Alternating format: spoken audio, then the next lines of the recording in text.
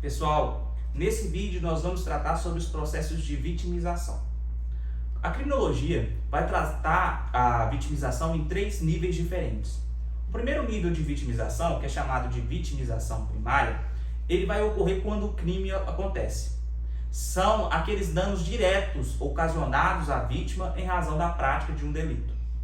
Veja o seguinte exemplo: quando ocorre um furto, a subtração da coisa da vítima vai gerar a vitimização primária. Então, são os danos diretos ocasionados pelo próprio delito.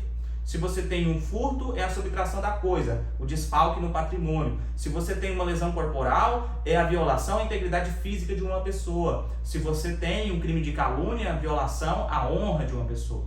Então, a vitimização primária nada mais é do que os danos diretos ocasionados à vítima em razão da prática do delito. Contudo, nós podemos falar também em vitimização secundária, que também recebe os nomes de revitimização ou sobrevitimização. A vitimização secundária, ela ocorre quando há danos adicionais causados à vítima, além daqueles que já foram da vitimização primária. E esses danos adicionais são causados principalmente pelo próprio sistema de justiça criminal, que não se adequa para acolher a vítima, para dar-lhe uma proteção efetiva e com isso acaba criando algumas formas de danos a essa pessoa. Por exemplo, quando uma vítima de um crime sexual chega a uma delegacia e é atendida preponderantemente por homens e tem que relatar a esses homens o crime sexual que ela sofreu e que esses homens não têm um tratamento acolhedor, é um tratamento mais indiferente, um tratamento de desconfiança. Imagine como essa vítima passa a se sentir. Imagine que essas pessoas passam a inquirir a vítima a respeito da sua conduta social, a respeito das roupas que ela utiliza, de modo que acaba culpando um pouco a vítima a respeito disso. Imagine como ela se sente. Imagine o tamanho dos danos adicionais que isso provoca na vítima. Uma outra situação. Imagine quando a vítima chega a uma vara criminal para participar de uma audiência e ela, vítima de um crime sexual, está esperando do lado de fora da sala de audiências e do seu lado está sentado o agressor. Não há uma separação entre o agressor e a vítima, o local apropriado para que eles fiquem e há esse contato. Imagine na cabeça da vítima o que isso provoca, quais são os danos que ela vem a sofrer em razão disso. Então, pessoal, a vitimização secundária, ela vai ocorrer justamente desse tratamento inadequado que a vítima recebe das instâncias formais de controle, seja na delegacia, seja no próprio Poder Judiciário. Um terceiro tipo de vitimização é chamado de vitimização terciária. E ele vai ocorrer não no sistema penal propriamente dito, mas no próprio seio social da vítima, no próprio campo social em que ela interage. Nós teremos uma forma de culpabilização da vítima pela sua comunidade. Uma comunidade, a exemplo do que é a brasileira, marcadamente machista, marcadamente patriarcal, que passa a entender que a vítima, principalmente em termos de crime sexual, teria alguma culpa pelo crime que foi praticado, que é um completo absurdo. Contudo, isso ocorre e a vítima passa a ser criminalizada pelo seu próprio meio social e com isso ela recebe mais danos. Já não bastasse a vitimização primária, em que ela recebe os danos diretos do delito, já não bastasse a vitimização secundária, em que muitas vezes era tratada com indiferença pelo sistema penal, temos ainda a possibilidade de uma vitimização terciária, que é a exclusão da vítima do seu grupo social em razão de vieses preconceituosos e principalmente de culpabilização da vítima por algo que ela não teve culpa alguma. Então são 3 tipos de vitimização. A vitimização primária, que é a pessoa sofrer os danos do delito, o direito penal tem as suas formas de prevenção. Podemos discutir se elas são eficazes ou não, penso que não são eficazes, mas o direito penal tenta prevenir a prática do delito. E ele o faz assim com a tipificação de delitos e da ameaça de uma pena. É um efeito dissuasório, um efeito de prevenção negativa, para que as outras pessoas não venham a cometer crimes. Então, o direito penal cuida de um aspecto preventivo.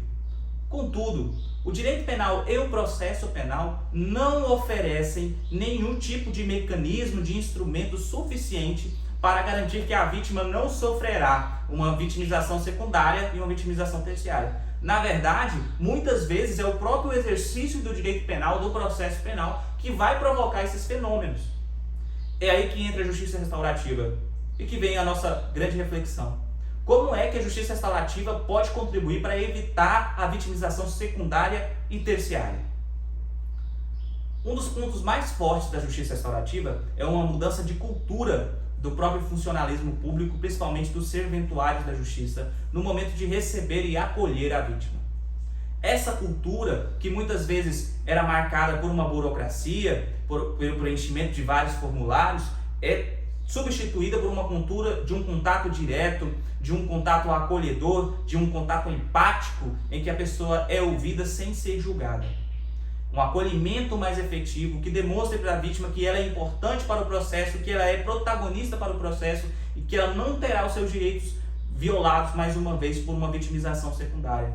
Nós temos alguns exemplos em Goianésia, sobretudo eu cito o Justiça pela Paz em Casa, em que a vítima de violência doméstica é recebida com flores, recebe um atendimento psicológico antes de participar da audiência, é informada sobre como será o trâmite da audiência para que ela não se sinta tão ansiosa, tão nervosa com aquele ato que já é tão danoso ao fazer-lhe relembrar os danos que foram causados pelo delito. O Justiça pela Paz em Casa é um exemplo de como a justiça restaurativa pode contribuir para diminuir ou atenuar, que seja, esses fenômenos de vitimização secundária, demonstrando para a vítima que não só ela é importante para o processo, como ela será um sujeito de proteção desse processo penal. Um processo penal verdadeiramente restaurativo e que tenha um enfoque mais empático com a figura da vítima, não a considerando apenas uma fonte de produção de prova.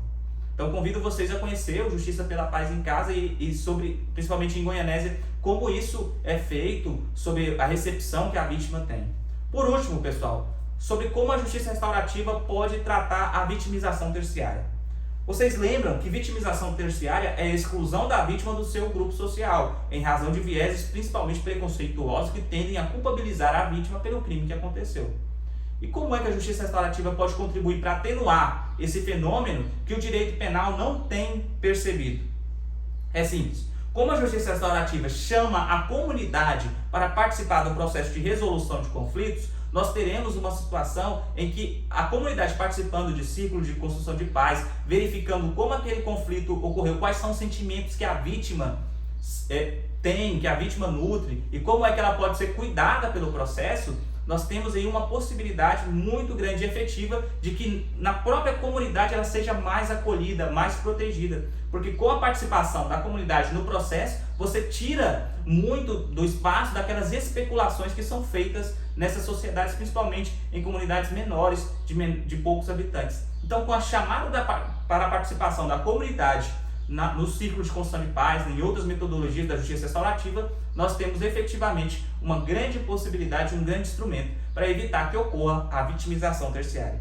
Então é esse o nosso vídeo sobre vitimização. Convido vocês a olhar para o nosso próximo vídeo com um olhar reflexivo, de como é que a justiça restaurativa tem contribuído para o efetivo acolhimento e resgate da vítima no processo penal. Aguardo vocês lá, até a próxima.